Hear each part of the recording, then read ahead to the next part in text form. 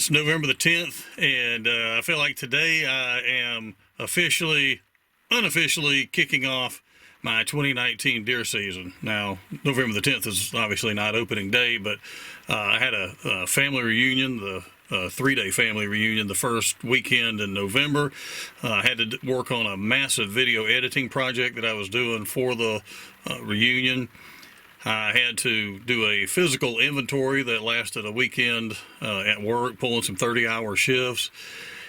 Planted a new orchard this year, had to do a lot of irrigation on that. I went 73 days with 1/8 of an inch of rain. So I was spending all my time, trying to water these trees. And then it's been, 95 to 97 degrees all during bow season. I'm not hunting when it's 97 degrees out. I'm sorry. So with all of these factors going on, I have just not really had an opportunity to get into the woods and start hunting. Hunted a little bit the last few days down at some other property we have in Middle Georgia, but this is going to be kind of my first real hunt at Moonshadow Lodge. I haven't been down there in several weeks, so I don't know the timing of what's going on down there, so I'm going to kind of jump in the stand blind. I do have a really nice big 9-pointer. I've got a little 9-pointer, several basket rack 8-pointers. I've got one that's really nice on the right side, and then it spirals out here. I call him Mr. Twist. But what's transpired down there in the last 3 weeks, and what stands they may be going to, and if I've got any daylight activity anywhere, I don't really know. So it's 32 degrees this morning. I'm hoping they're running no matter where I'm at. But I'm going to go ahead and jump in the stand and kind of consider this the kickoff to my 2019 deer season. All right, let's get on the road before it gets daylight.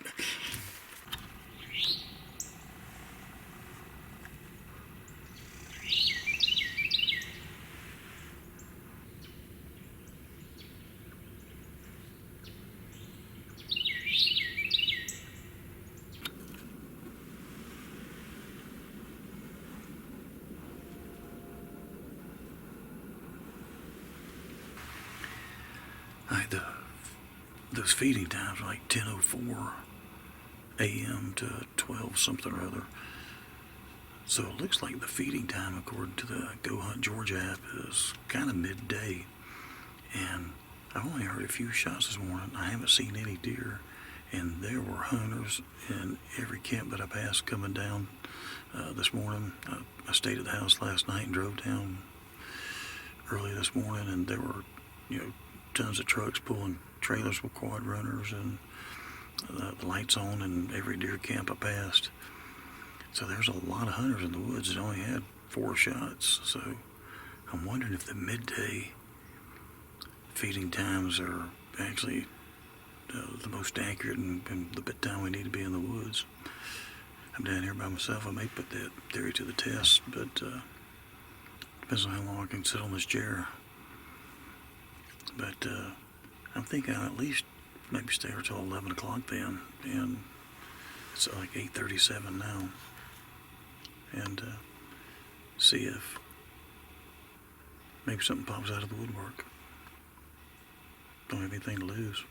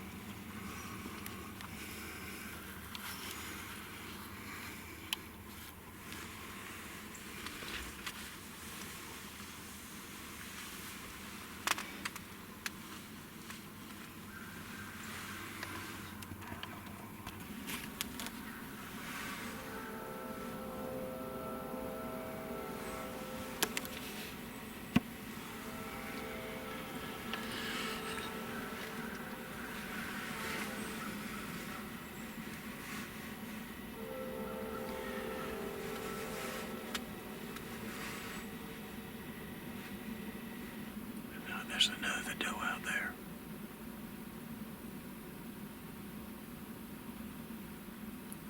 Maybe the same one.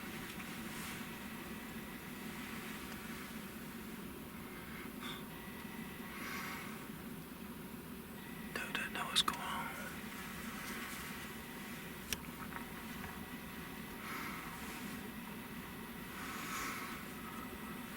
But I saw that doe that was feeding a minute ago. She kind of fed out here in front of me. And then I saw that either 8 or 9 pointer, I'm not sure what it is. It came across the field and she was out in front of me here.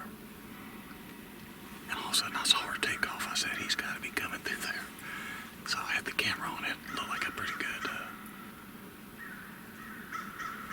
shot. I'm not sure which buck it was because I just pulled the trail cam this morning coming in here. And so I haven't even checked it, so I don't even know who's lurking over here.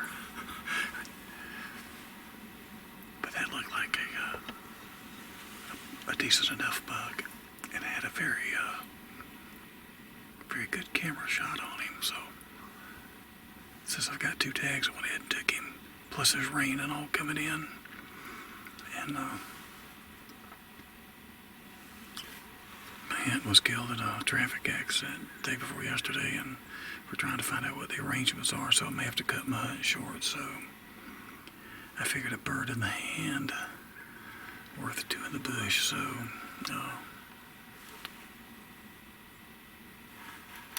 felt like it was a pretty good shot. I'll review it here in a minute, but I think we got a buck down here at Moonshadow Lodge.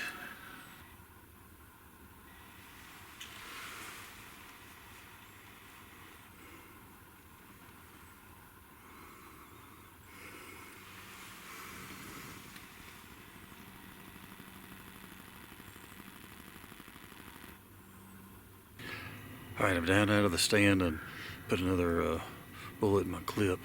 The deer was straight out in front of my stand. We call this the boat seat. I'll show you why in a minute. But the deer was out in front of me, and I keep you can see all that stuff right there. I keep all that between my stand and the shooting lane. That way I can kind of come in here and come up the stairs right there and get in, because it's only 8 feet high. You don't need a box stand to be too terribly high, but I can sometimes slide in there with the deer out there. Now he ran back down that way. I almost felt like he got on I cut a trail with a bush hog over there so I could check my trail camera and all that kind of stuff. So it looked like he ran straight towards the stand, and then I think he turned and went down my trail, and then I lost him. I never saw him. There's another there's a sendero over there, and it drops off, and a lot of times I'll go that way. I lost him down in all this thick stuff that I used to block my view from them. Well, I lost him in all that, so I didn't really hear him pile up. I figured if he fell that close to me, I'd have probably heard him pile up. But anyway, it really looked like a good shot, felt like a good shot. And you know, he could have run off down through there and all this thick gaggle that's behind me, but I couldn't see him with the binoculars because it's so thick. So I'm gonna come over here where I kind of last saw him and see if I can find some blood, and we'll get on the blood trail. I need my grandson down here to help me trail him though. Maybe they'll bring me some cappuccino coffee if I find the deer. All right, there's the trail that I cut right here. I don't know if you guys, shoot, I can't see behind me.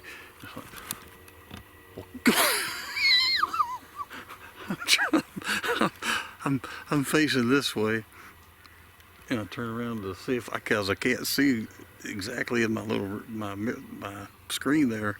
I don't have my glasses on. Vanity. Look, laying right there. I'll be a son of a gun. But he is on my trail.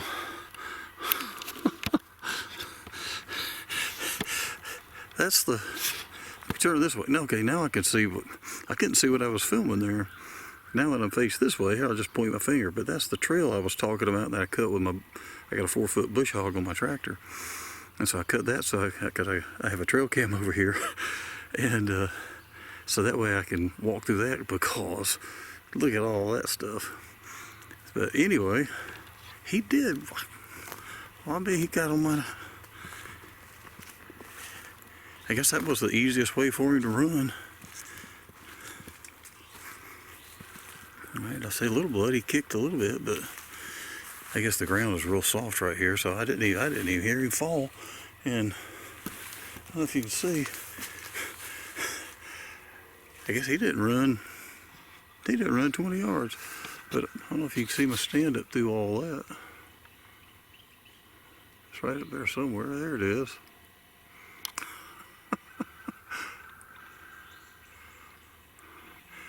But I guess with all of that junk right there, I couldn't see him from the stand. I couldn't see him fall. But there he is, by goodness. There you go. There's a hunter out in Oklahoma, I think it was. Went to check on his deer, and it got up and took its revenge on him. That's a pretty good shot right there, and kind of poke him in the butt here a little bit. Make sure he don't get up and get me. Yeah, that's that basket rack 8. Not bad. All right, let me set up my. See what we got here. I was trying a new little camera setup this morning. It's got one of these little clamps. I'll show you that maybe later. And so I have it clamped on a tree, and I had it clamped in the stand because I never can tell what window they're going to be in. And when I set it up permanent, if they'll come out the other window last year on one I shot, I had to hold the camera by hand. I couldn't get a real good video of the kill shot here. But this is a nice basket 8-pointer down here. Got good G2s. Almost touch right there. Oh, he's got another kicker right there. So, and he's got a good sized body on him and a little bit of mass. So I'm not so sure. This guy looks like he's at least 3.5 years old. So probably a good one to go ahead and take out. He's not the big one I'm after. I'm glad he fell right here because I'm going to go ahead and get him out. I've got a couple more days of vacation and I have another tag. So anyway, this is a nice little basket 8 that I had run around here this morning. And I want to see if my wife will bring me that cup of coffee if I text her that I got a deer. Maybe I'll tell her I need to load it too. We're in your back brace. Alright, well it looks like the lunar schedule looked like it was about spot on. Shot him about 9:30 and the lunar said 10:04. So, alright. Let's go see if I can get him out of the woods and convince my wife to come down here and bring me some coffee. But November the 10th, 2019, and there we go. Nice little time length on him.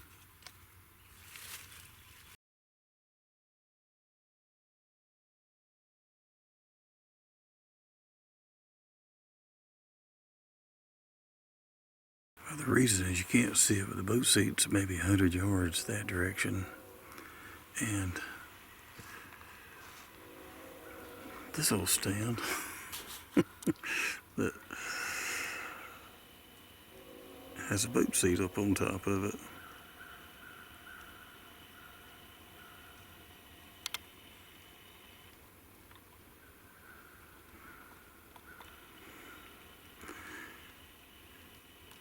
And so the tower stand over there that I built. I just dubbed it, you know how you name stands on hunting properties, and I just went ahead and dubbed it the boat seat because of that. And that's how it came to be known as the boat seat stand.